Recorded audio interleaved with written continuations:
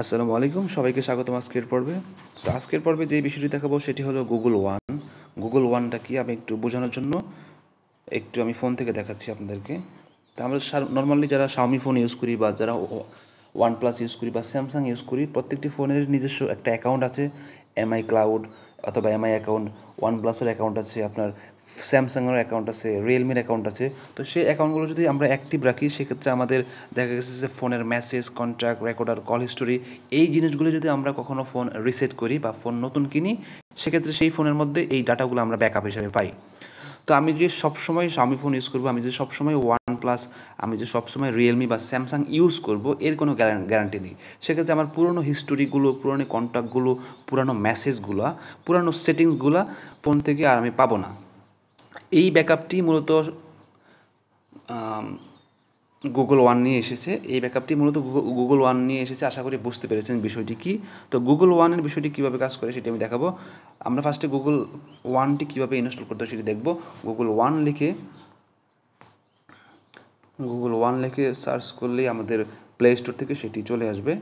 তো play store থেকে আমার অলরেডি এখানে ইনস্টল করা আছে। আপনারা এখানে এসে এখানে ক্লিক করে এটি নামিয়ে নেবেন।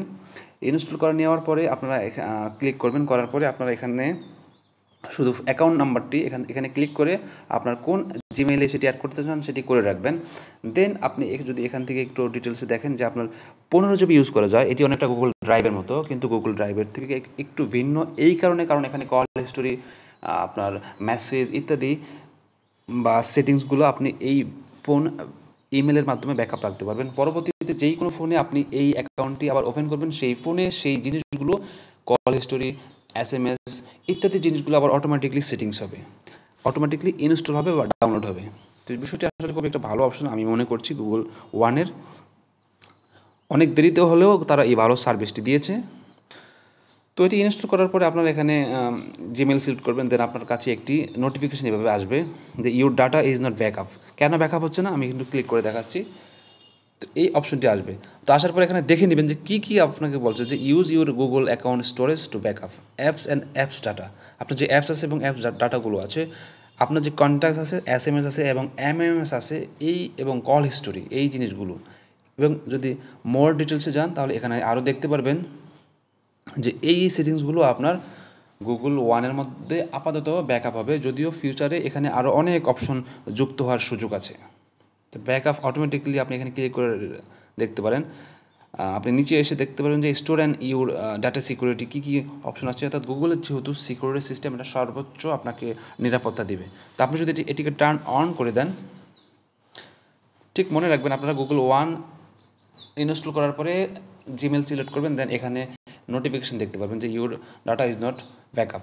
দেন এখান থেকে আপনি যদি ব্যাকআপ নাও ক্লিক করে দেন, তাহলে সবগুলো ডাটা আপনার if you use this network to backup data, অর্থাৎ আমি এখন যে ফোনের ইন্টারনেট ইউজ করতেছি, ডাটা ইউজ করতেছি, ইউ মে বি চার্জড, আপনার ডাটা কাটতে পারে।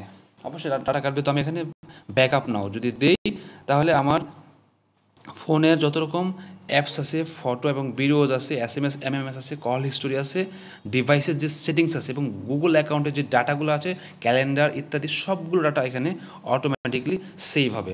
আমি যদি এখানে backup using mobile data on করে রাখি, তাহলে মোবাইল ডাটা যখন অন থাকবে সেটি অটোমেটিকলি ব্যাকআপ হয়ে যাবে। তো কেউ যদি চান যে আপনারা ওয়াইফাই ইউজ করেন, সেক্ষেত্রে এটি বন্ধ করে রাখতে পারেন, কারণ এখানে অনেক ডাটা ইউজ হবে আপনার ফোন সিমের MB থেকে। তো এই ছিল মূলত গুগল ওয়ান সার্ভিস কীভাবে ব্যবহার করে এবং এটির উপকারিতা। আশা করি সবার অনেক ভালো লেগেছে। যদি ভালো লেগে থাকে তাহলে অবশ্যই চ্যানেলটিকে সাবস্ক্রাইব করবেন। সবাইকে আবারও অসংখ্য অসংখ্য ধন্যবাদ।